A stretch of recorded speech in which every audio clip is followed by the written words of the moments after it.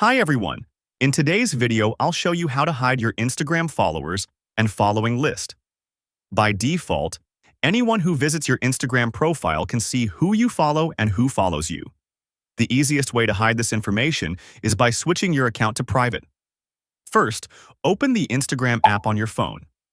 Next, go to your profile page by tapping the profile icon at the bottom right corner. Once you're on your profile, tap the three lines in the top right corner to open the menu. Now scroll down and tap on Account Type and Tools to check your account type.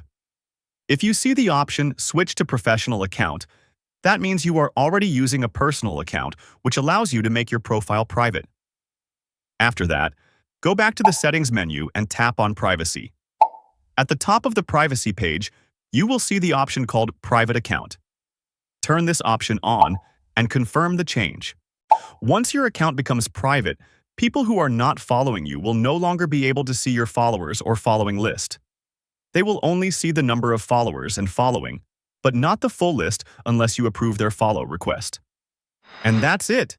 If you found this video helpful, please like, subscribe, and hit the bell icon for more tips and tricks.